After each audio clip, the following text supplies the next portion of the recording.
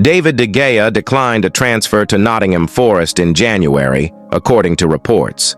The goalkeeper has been without a club since being released by Manchester United last summer. Degea has been linked with a number of transfers since then, with reports last month linking him with a move to the Saudi Pro League. However, it has now been revealed that the Spaniard turned down the chance to return to the Premier League. According to The Athletic, Forest's search for a new goalkeeper in January saw them try to persuade the player to head to the city ground. Not satisfied with options Matt Turner and Odysseas Vlachodimos, Forest made an approach for 7 goalkeepers in the window.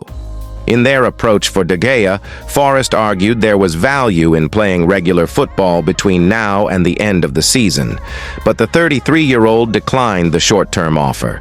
Forest eventually settled on Matt Sells for an initial $5.1 million transfer.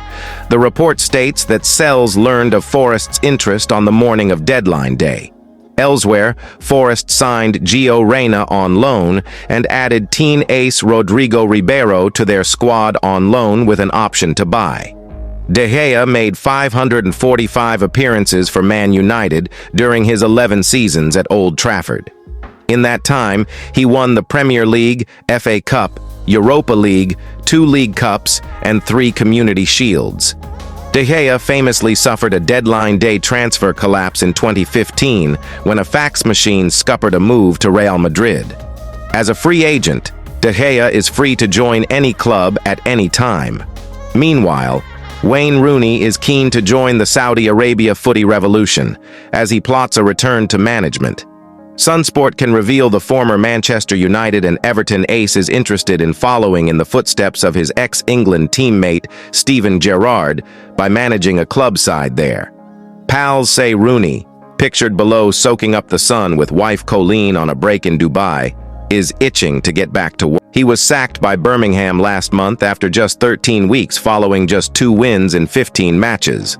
A source said, Wayne's time in charge at Birmingham hasn't put him off the idea of management.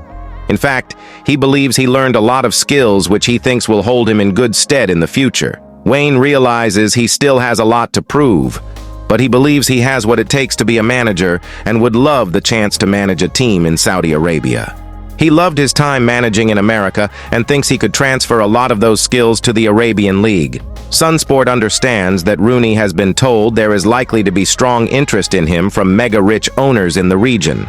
Securing the services of a superstar like Rooney would be seen as another step towards boosting the brand of the league. The source added, having Wayne run a team over there would put more eyeballs on the league and give it a boost. The reputation has taken a bit of a knock since Jordan Henderson quit. Rooney managing there would be a sign that the league is one to be taken seriously. Wayne still firmly believes he can prove himself to be a top-class manager, and his ambition remains clear, to one day manage in the Premier League. But he knows that won't happen anytime soon. Our story comes days after Rooney was seen soaking up the sun in Dubai as part of a luxury break. Wife Colleen posted photos of the two in the Dubai desert, with the couple dressed in traditional headscarves. Both wore sunglasses to shield their eyes from the harsh desert sun as they rode around in a vintage convertible 4x4. As the sun set, they each swapped the vintage car for a camel. Colleen wrote, "Always a special experience." Wayne has been able to experience some time away with Colleen after he was sacked as Birmingham boss at the beginning of January. His disastrous 13-week spell there saw the Manchester United legend win just 2 of his 15 games in charge. As part of his statement after leaving Birmingham, Rooney outlined that he would take some time away from the game to spend time with his family before taking his next job. He said, "I would like to thank Tom Wagner, Tom Brady, and Gary Cook for the opportunity to manage Birmingham City FC and the support they all gave me during my short period with the club. Football is a results business, and I recognize they have not been at the level I wanted them to be. However, time is the most precious commodity a manager requires, and I do not believe 13 weeks was sufficient to oversee the changes that were needed. Personally, it will take me some time to get over this setback. I have been involved in professional football as either a player or manager since I was 16. Now, I plan to take some time with my family as I prepare for the next opportunity in my journey as a manager. Finally, I wish Birmingham City FC and its owners my best wishes in the pursuit of their ambitions. Lisandro Martinez sparked concern during the dramatic 4-3 victory at Wolves when the central defender was seen having strapping applied to his foot in the dugout at Molineux.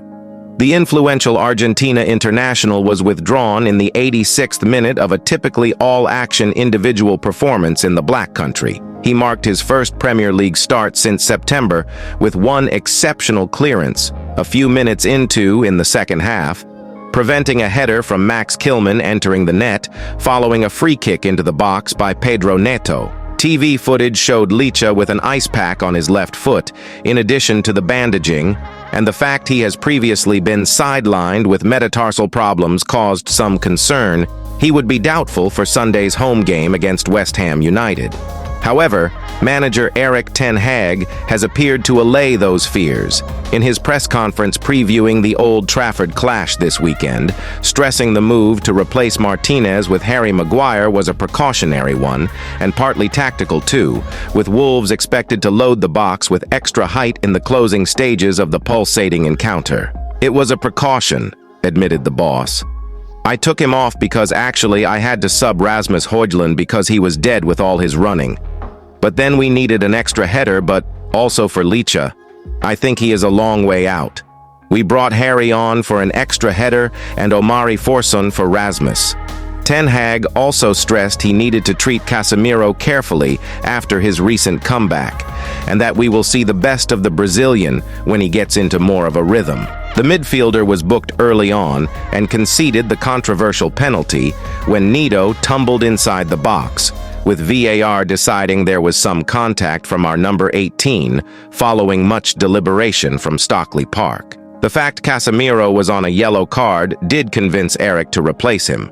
But, again, his fitness was a factor. Also, he has to catch up as well, the manager said of the much-decorated 31-year-old.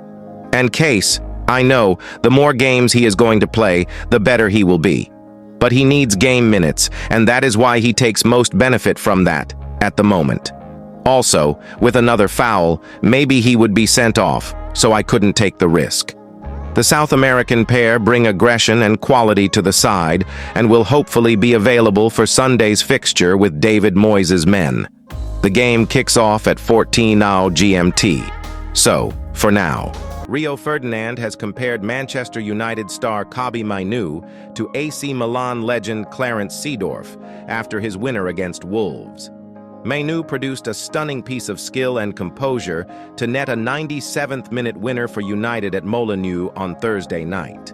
Pedro Neto appeared to have earned Wolves a point when he netted in the 95th minute, but Mainoo found the bottom corner 2 minutes later in an entertaining 4-3 win. It was the young midfielder's second goal for United in 4 days, after he also scored in the 4-2 win over Newport County in the FA Cup.